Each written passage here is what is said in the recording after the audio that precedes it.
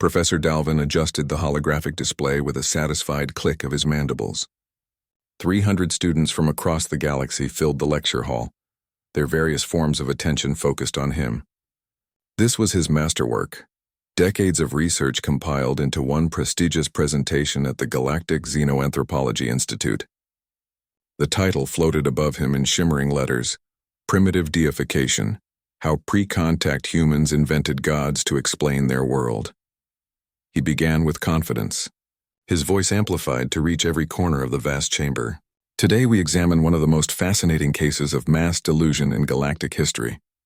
The humans of Earth, isolated for millennia, created elaborate fictional beings to explain natural phenomena they could not understand. Thunder became a hammer-wielding warrior. The sun became a chariot rider. Death itself became a jackal-headed judge. The first hologram materialized, showing ancient cave paintings and stone carvings. Dalvin gestured dramatically. Notice the primitive artistic style, the crude symbolism. These humans genuinely believed these beings existed.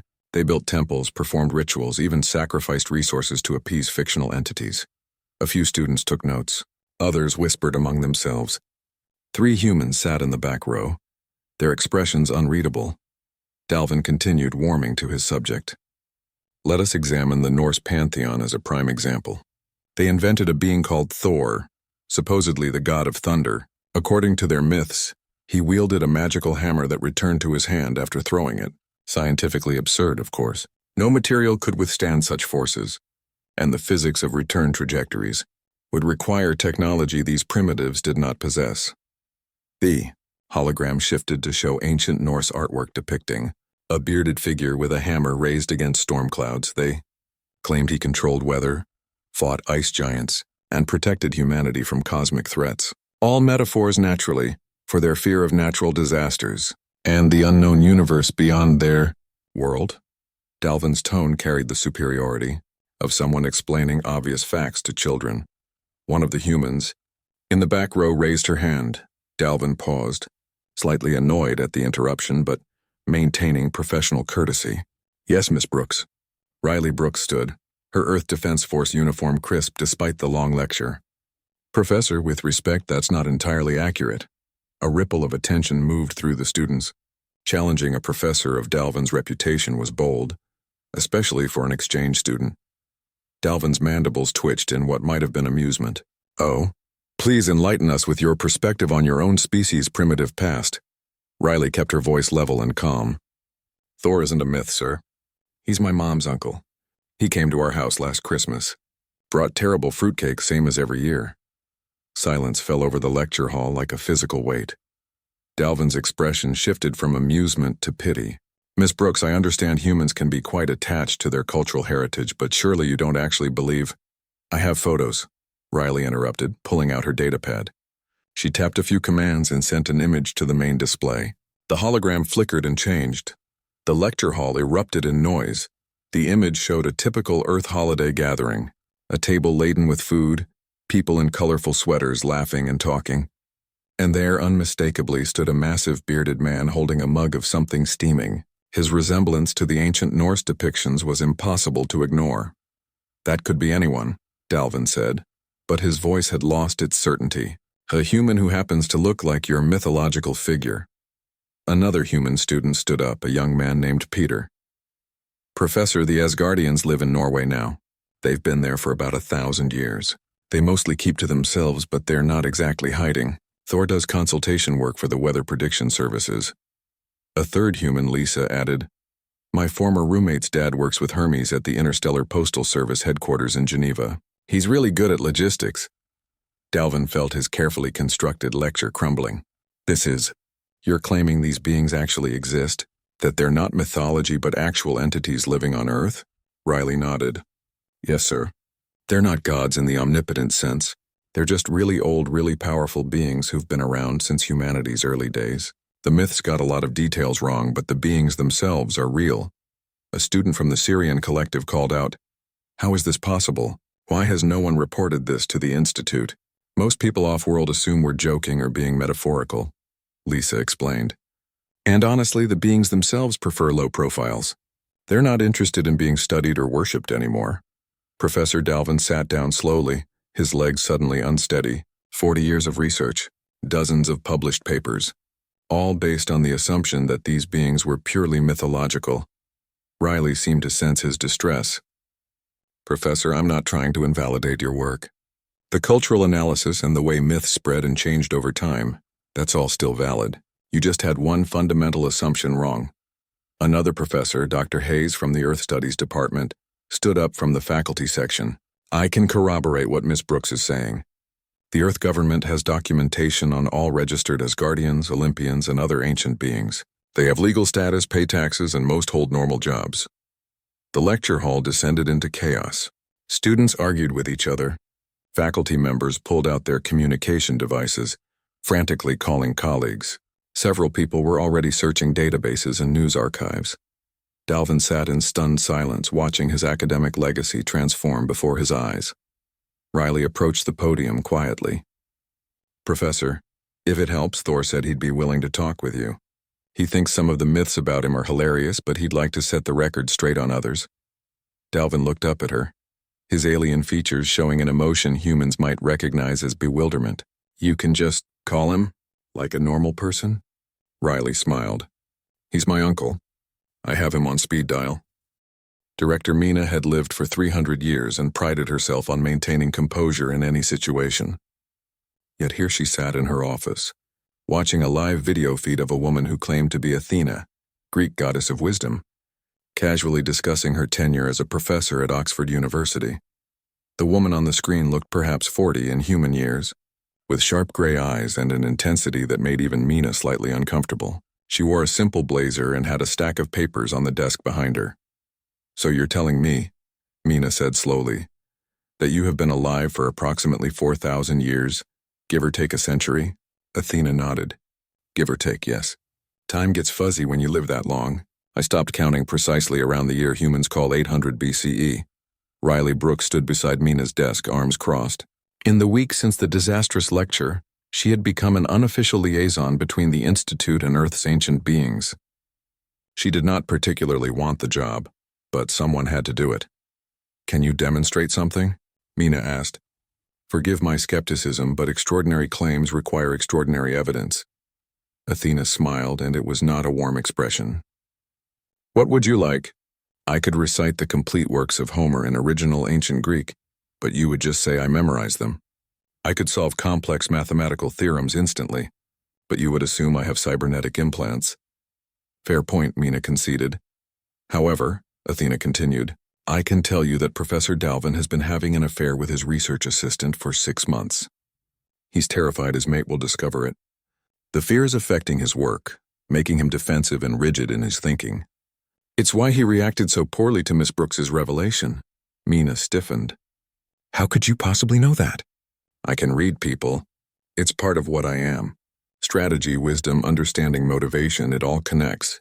I looked at his published work, watched recordings of his lectures, observed his body language. The pattern is obvious once you know what to look for.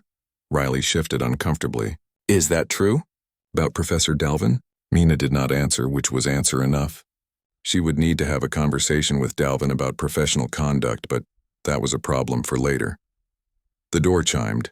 Dr. Hayes entered, slightly out of breath, carrying a large case. It arrived. The package from Norway. He set the case on Mina's desk and opened it carefully. Inside, cushioned by foam, sat a hammer. It was not particularly large, perhaps half a meter long, with a short handle wrapped in leather.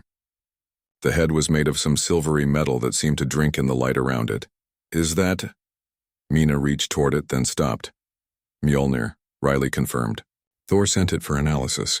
He said you can run whatever tests you want, but he needs it back by Friday. He has a thing. Mina called in the Institute's chief materials scientist, Dr. Oren, a meticulous researcher who had analyzed artifacts from 200 different civilizations. He arrived within minutes, his multiple eye stalks quivering with interest. For 6 hours, he ran every test in the Institute's considerable arsenal. Spectroscopy, density analysis, molecular scanning, quantum state examination. The results made no sense. The material should not exist, Dr. Oren reported, his voice shaking slightly. It contains stable isotopes of elements that decay almost instantly under normal conditions. The atomic structure violates several fundamental principles of matter.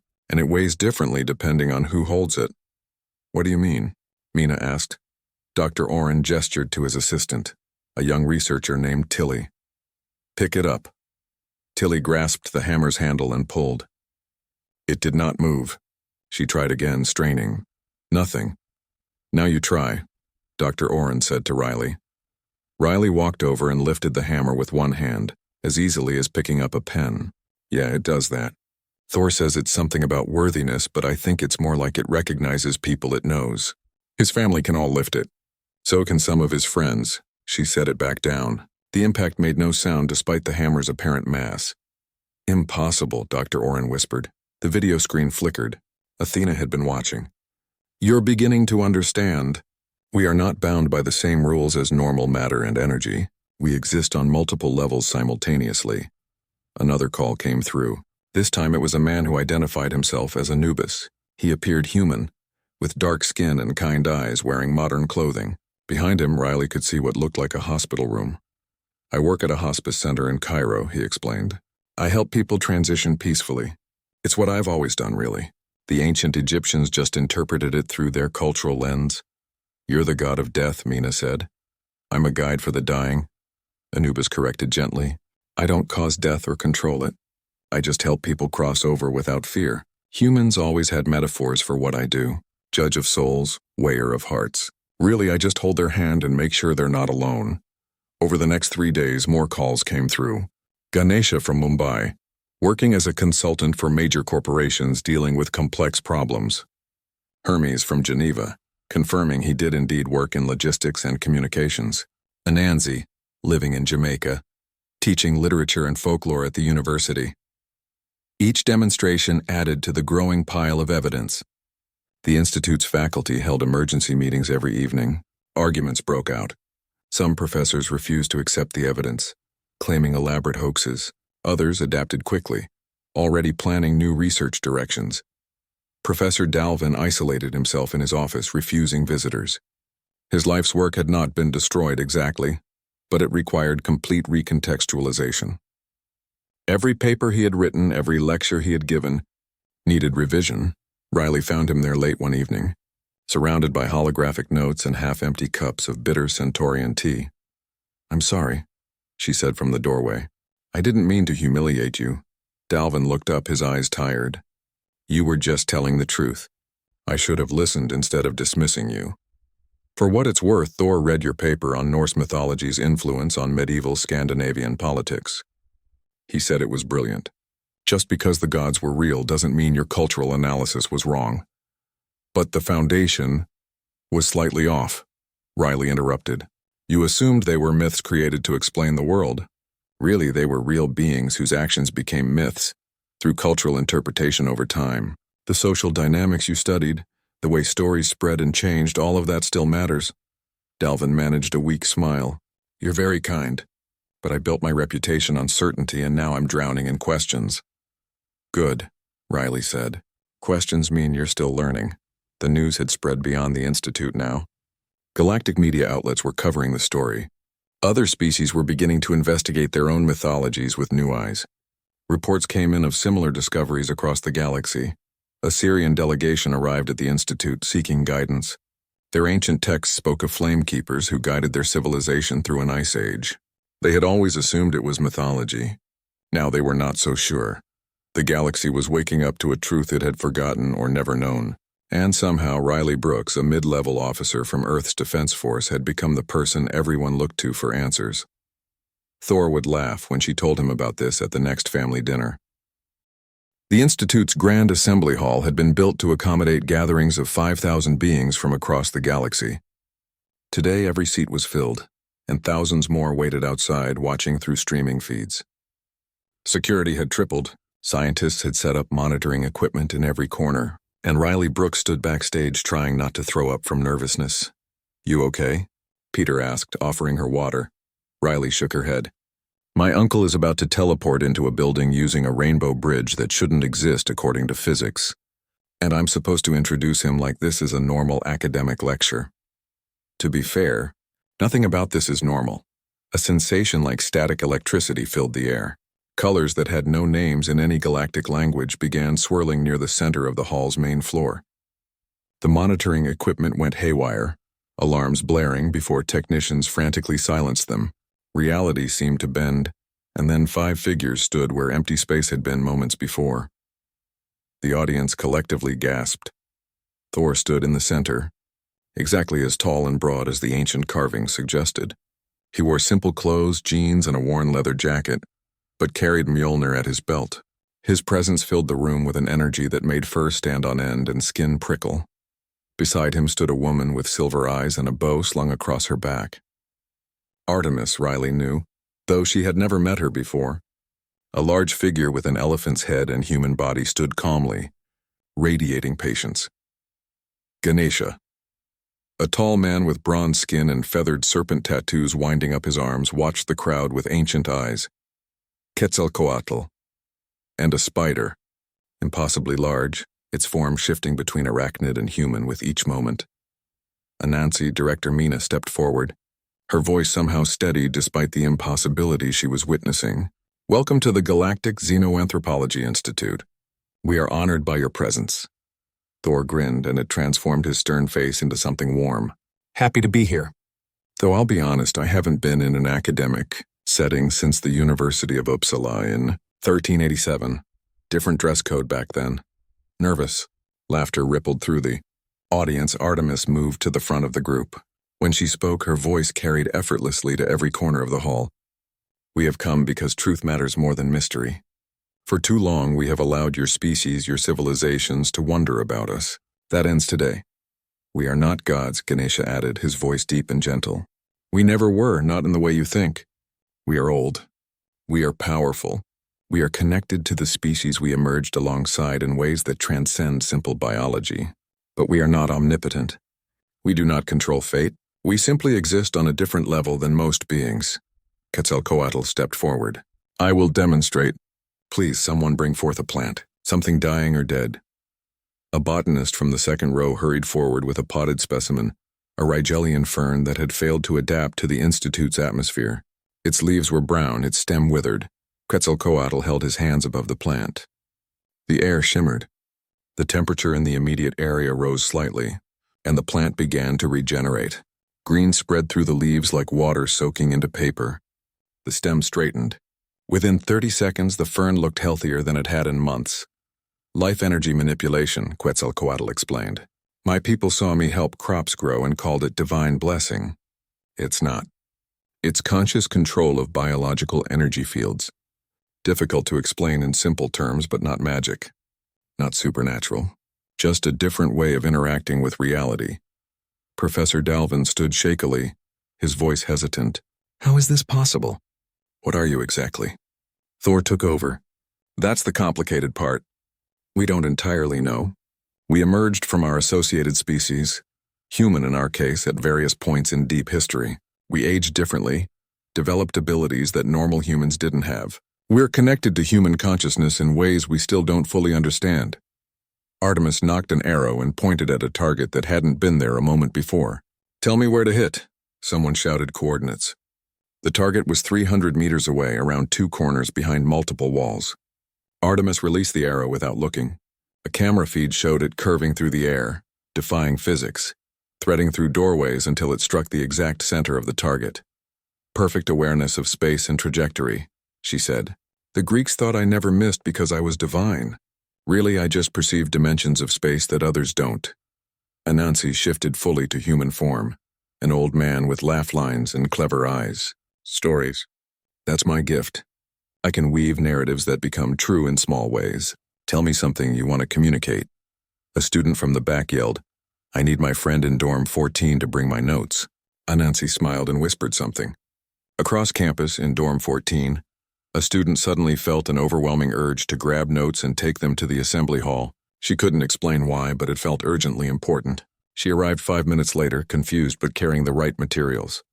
"Suggestion through story," Anansi explained. "I put the idea in her head as a narrative she could follow. West Africans thought I could change reality with tales.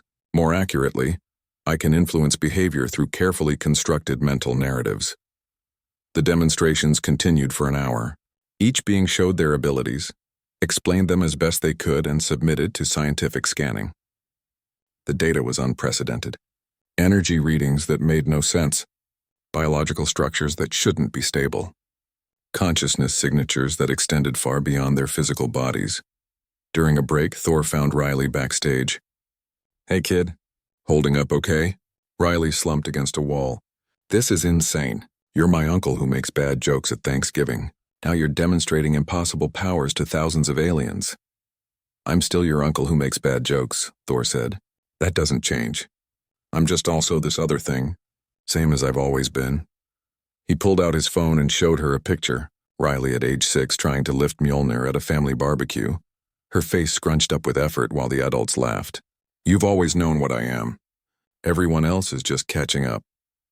Back in the hall, the question and answer session had begun. Students and faculty asked everything from dietary habits to combat capabilities to romantic relationships. Yes, gods can fall in love with mortals. Artemis confirmed with mild exasperation. "No, it's not particularly dramatic. We're just people with unusual abilities. We age just slowly," Ganesha explained. "We can be hurt, though we heal faster than normal beings. We can, presumably, die, though none of us has yet, so we're not certain what that would look like." An older professor, his species unknown to Riley, asked the question that had been hovering over everything. "Why reveal yourselves now?" "You've hidden for centuries." The 5 beings looked at each other. Thor answered, "Because Miss Brooks made it impossible to keep hiding.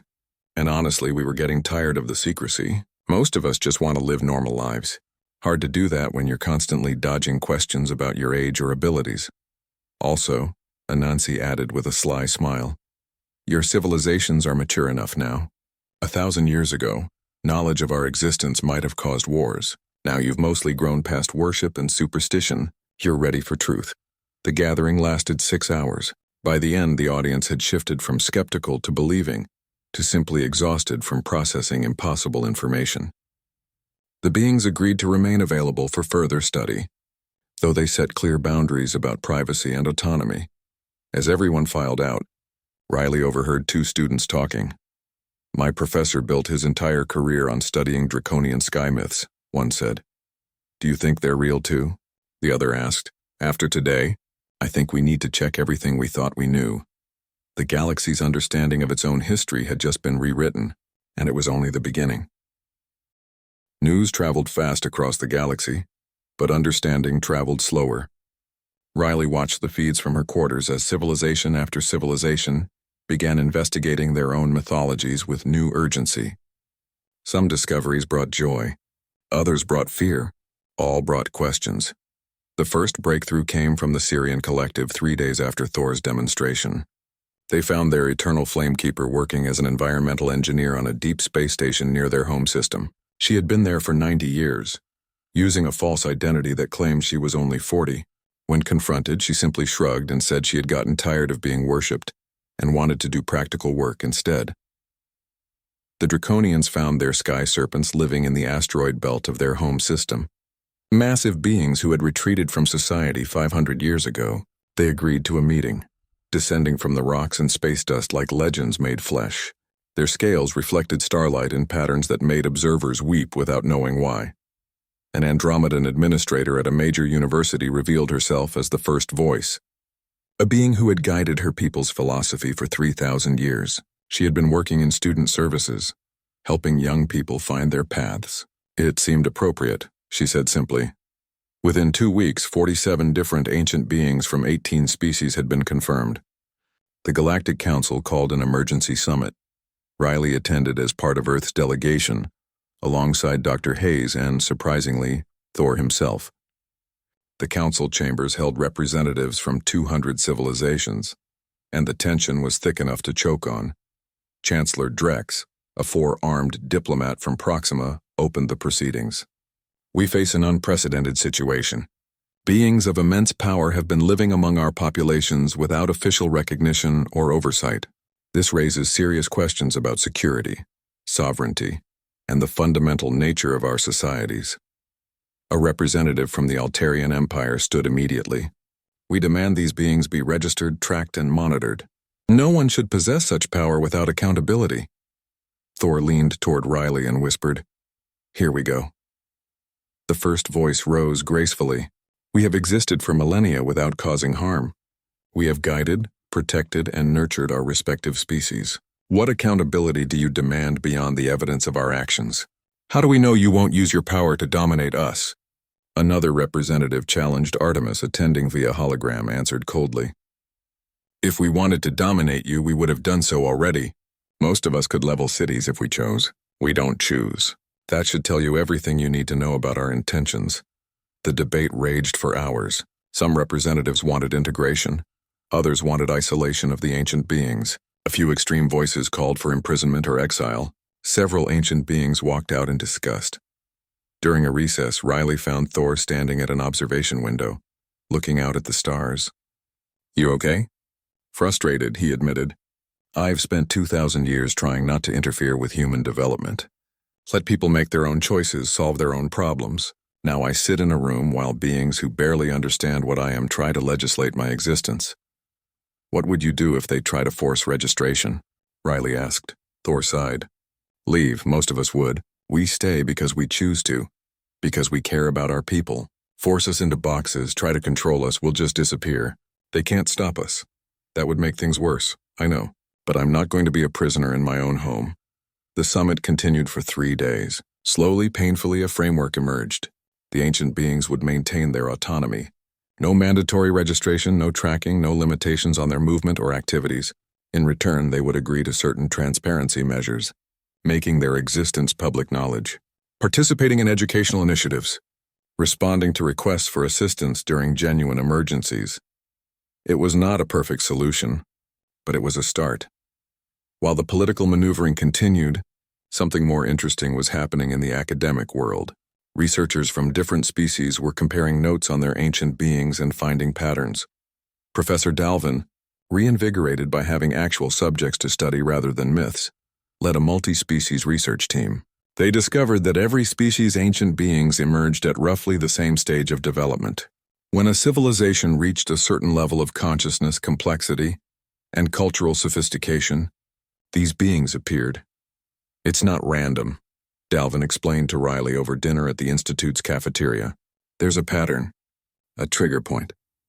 When a species develops abstract thought, complex language, and begins questioning its place in the universe, that's when the first ancient beings emerge." "Why?" Riley asked, pushing food around her plate. "That's what we're trying to determine. It suggests some kind of universal principle at work, something fundamental about consciousness itself."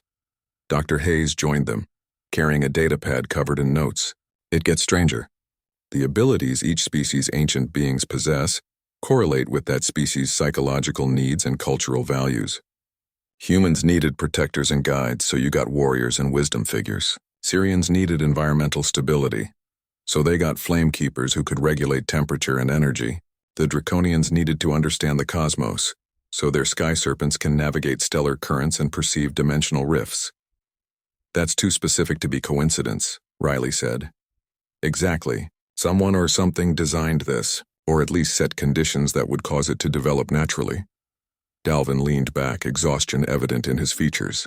"We're missing a piece. Something big." The answer came from an unexpected source. A transmission from deep space detected by a listening post in the Galactic core region. It was old, the signal degraded by distance and time. But the message was clear. Coordinates, and a simple phrase in a language that predated any current civilization. "You are ready. Come." The Galactic Council debated sending an expedition. It was Thor who made the final argument. "Our peoples have ancient beings. Those beings don't know where they came from or why they exist. That message might have answers. We should look." A ship was prepared, a joint mission including scientists, diplomats, and several ancient beings from different species.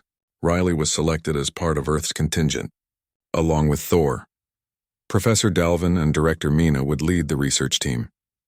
The journey took 6 weeks, traveling through hyperspace lanes and quantum corridors toward the galactic core. The coordinates led them to a nebula that didn't appear on any charts, its colors wrong in ways that hurt to look at.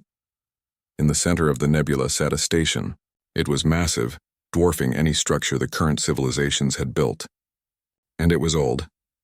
Scans suggested it was over 5 million years old, maintained by systems that still functioned despite the impossible span of time. They docked carefully, using airlocks that seemed to activate automatically at their approach. The interior was lit by ambient light that had no apparent source. Corridors stretched in directions that seemed to shift when not directly observed. Thor gripped Mjolnir tightly. "I don't like this. Something feels wrong." Artemis, who had joined the expedition, nodded. "The space here is thin. I can sense things beyond it. Other dimensions pressing close."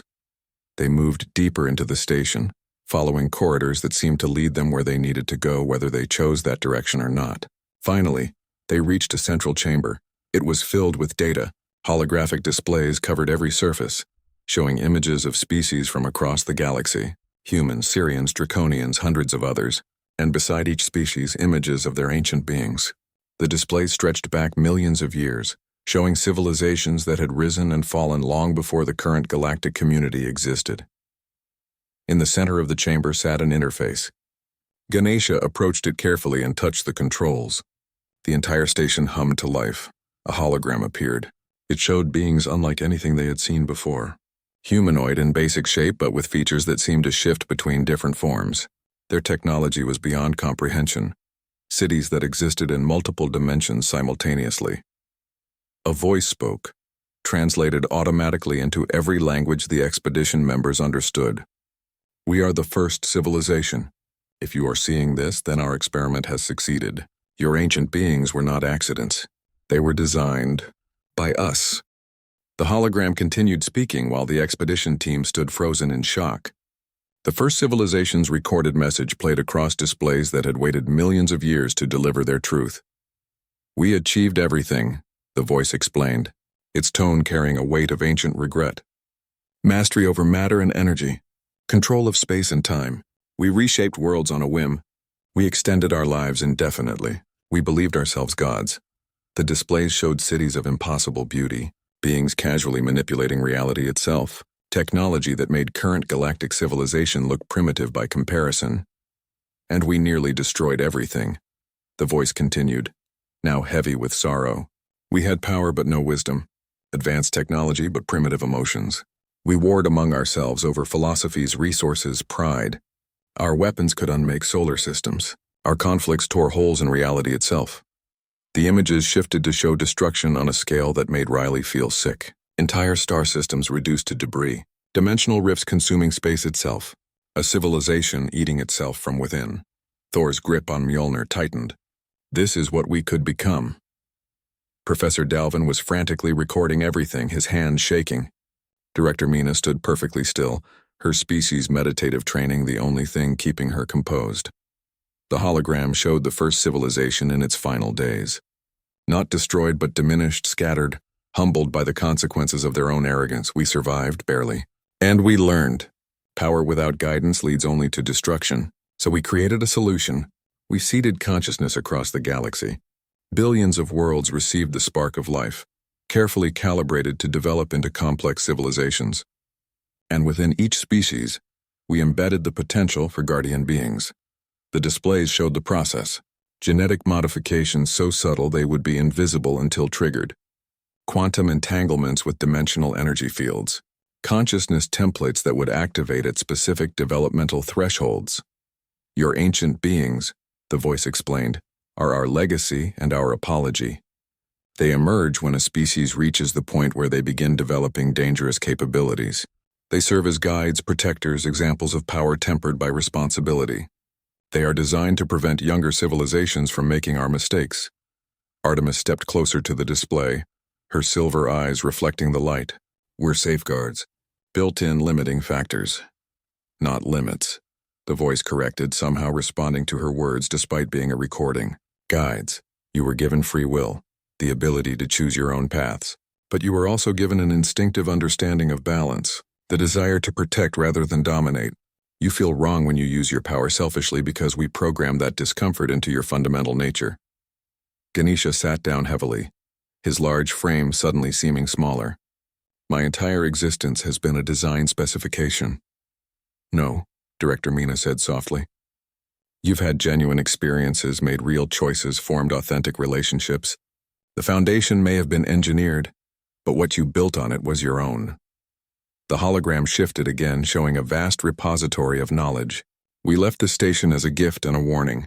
It contains everything we learned, all our technology, our mistakes, our solutions. But it comes with a price. Knowledge of how we nearly destroyed ourselves.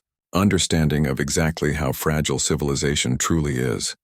The displays lit up with information. Power generation systems that could fuel entire planets. Medical technology that could cure any disease. Weapons that could crack worlds. Consciousness expansion techniques. Dimensional travel. Immortality treatments. Everything the first civilization had achieved. You must choose, the voice said. Accept this knowledge and risk following our path. Or reject it and continue your own development. Slower but perhaps safer. The choice is yours. We will not make it for you. Riley found her voice. Why now? Why leave this message to be found at this specific time? The hologram seemed to look directly at her. Because you are reaching the critical point. Your civilizations are developing the technology to become like us. Within a century, perhaps two, you will have the capability to manipulate reality on fundamental levels. This is your last chance to learn from our mistakes before you gain the power to make similar ones. Silence fell in the chamber. The weight of the decision pressed down on everyone present. Dr. Hayes was the first to speak. We need to bring the council here. This isn't a decision for one expedition team. But as he spoke, alarms began blaring across the station. Red light flooded the corridors. A different voice, cold and mechanical, announced, "Warning. Dimensional instability detected. Reality breach imminent." The ancient beings reacted instantly. Thor raised Mjolnir, electricity crackling around him. Artemis knocked an arrow made of pure light. The draconian sky serpent, who had been coiled quietly in the corner, spread wings that seemed to extend into dimensions that didn't exist. Through the walls, something was coming. Riley could feel it. A presence that made her teeth ache and her vision blur. Space itself was tearing, and something on the other side was aware of them.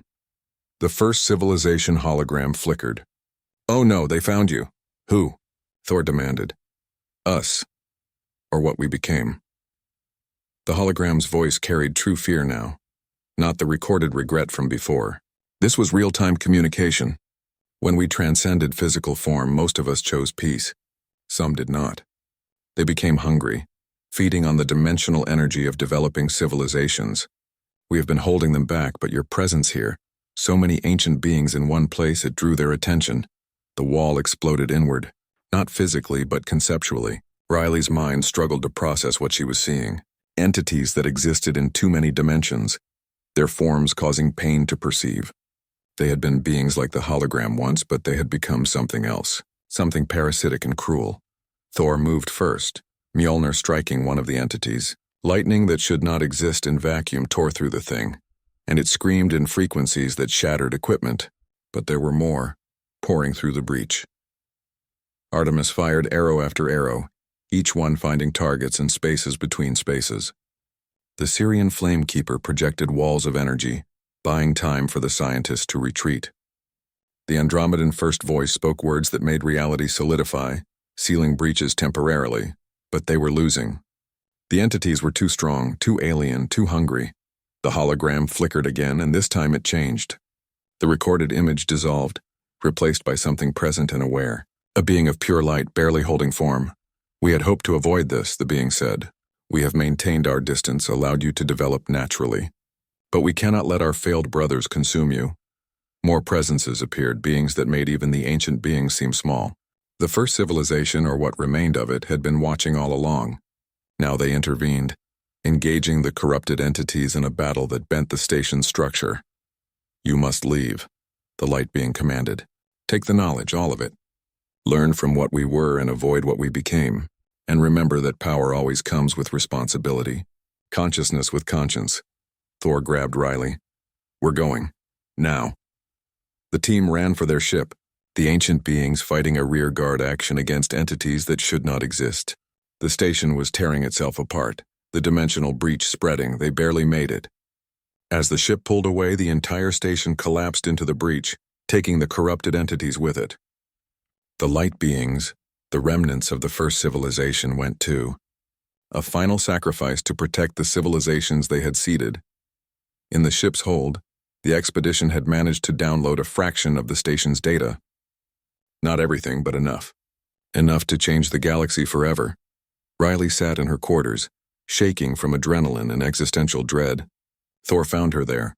"We were created," she said quietly. "All of us. You, me, every civilization in the galaxy. We're an experiment." Thor sat beside her. "Does that make what we feel less real? Does it make our choices less meaningful?" "I don't know." "I do," Thor said firmly. "I've lived thousands of years. Loved people. Lost people. Protected humanity not because I was programmed to, but because I chose to. Every day I choose to be more than just power. That's what makes me real." Riley looked at him. Her uncle. Her family.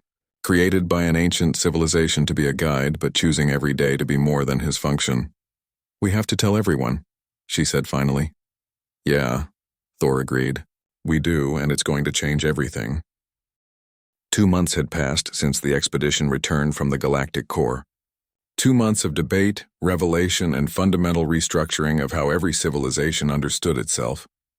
The Galactic Council chambers had never been more crowded, with representatives standing in the aisles and thousands more watching through feeds across known space. Riley stood at the central podium, exhausted but determined.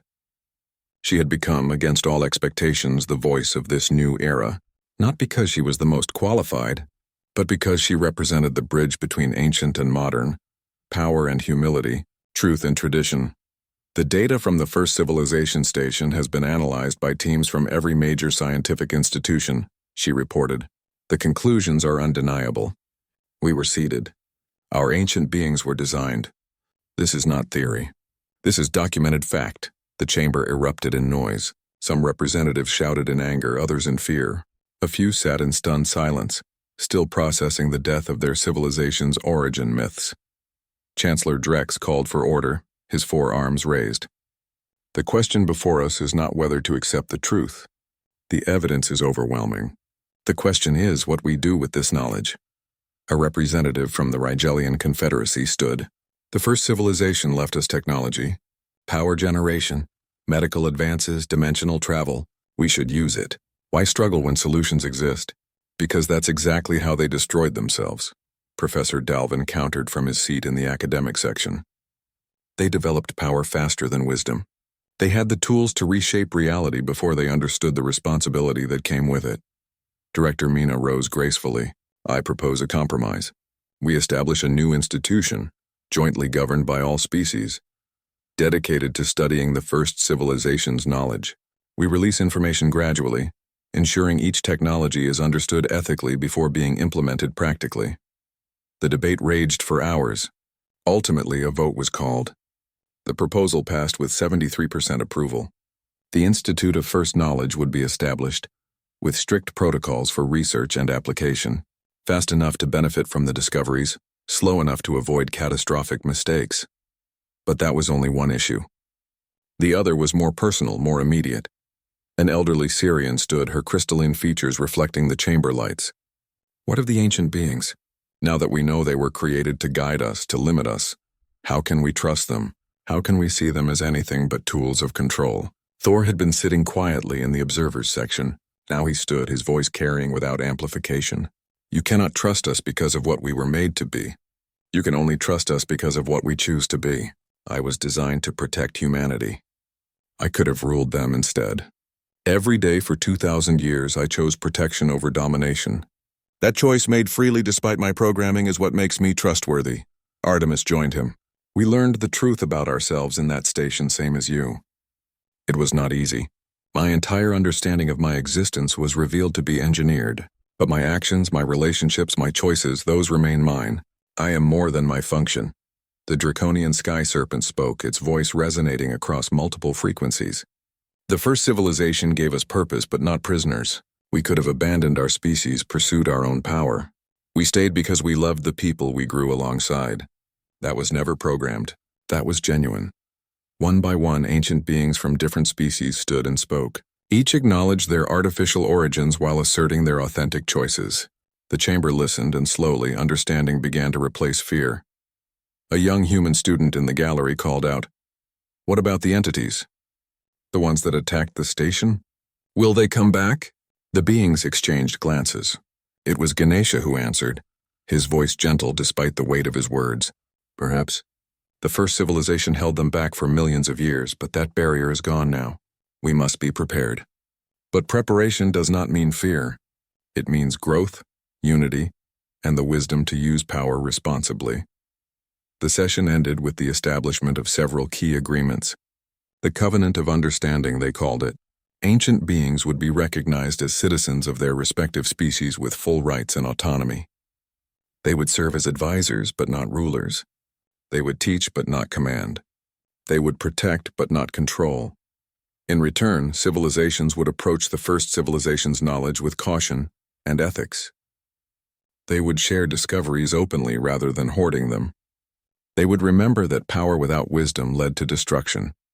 The new institute would be built on the grounds where the Xenoanthropology Institute already stood, expanding to accommodate researchers from across the galaxy.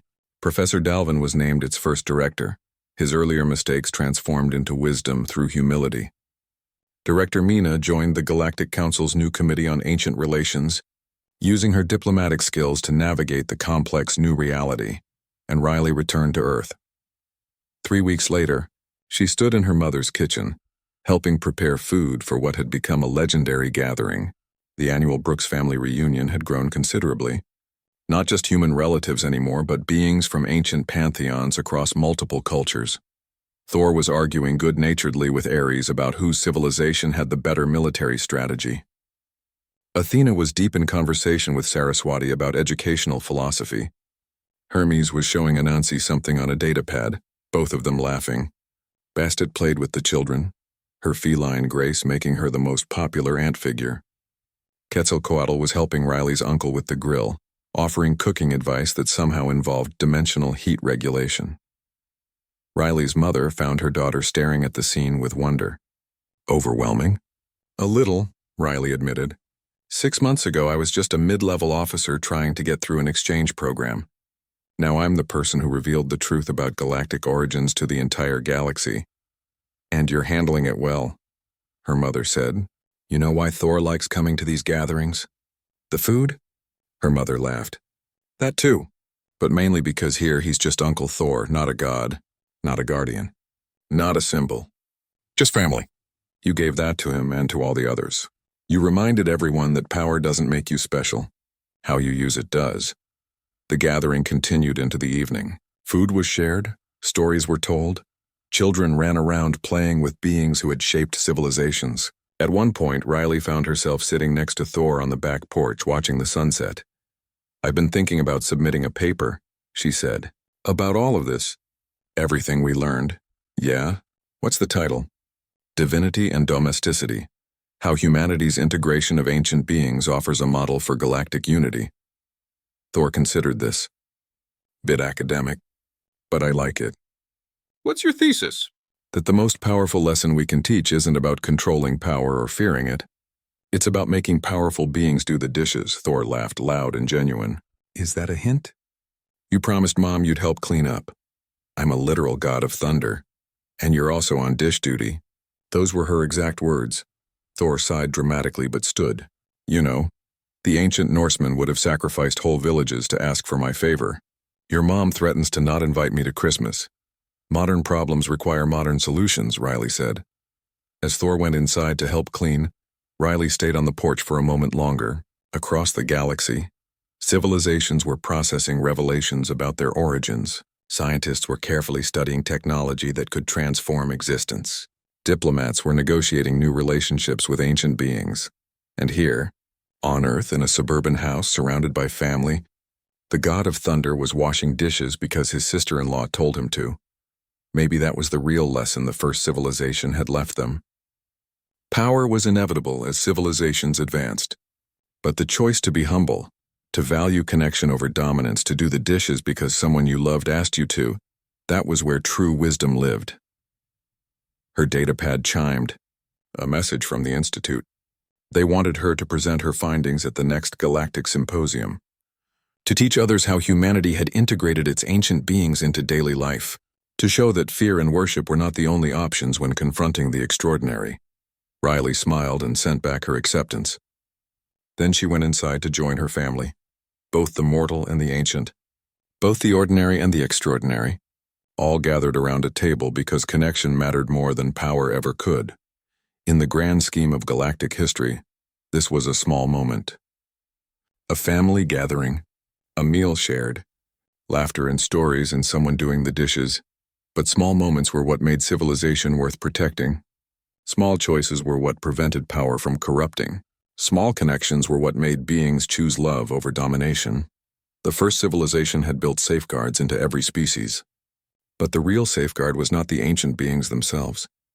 It was the choice made by every generation to value wisdom over power, community over control, family over fear. Riley had accidentally triggered a revelation that changed the galaxy. But the galaxy was changing for the better because of one simple truth that humans had always known. Even gods need family dinners. And in the end, that made all the difference.